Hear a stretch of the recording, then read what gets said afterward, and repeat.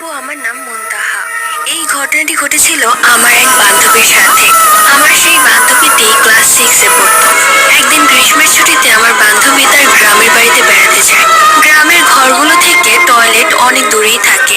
রাতের বেলা আমার বান্ধবী টয়লেটে যাওয়ার প্রয়োজন হয়, তাই আমার বান্ধবী ওর মামিকে বলে ওর সাথে যেতে। তখন ওর মামি ওর সাথে যায় টয়লেটে। এরপর আমার বান্ধবী যখন টয়লেট করে আসে তখন দেখে তার মামি সেখানে নেই। তাই আমার বান্ধবী তার মামিকে খুঁজতে থাকে। একটু পর তার মামি পেছন থেকে বলে, এই যে আমি।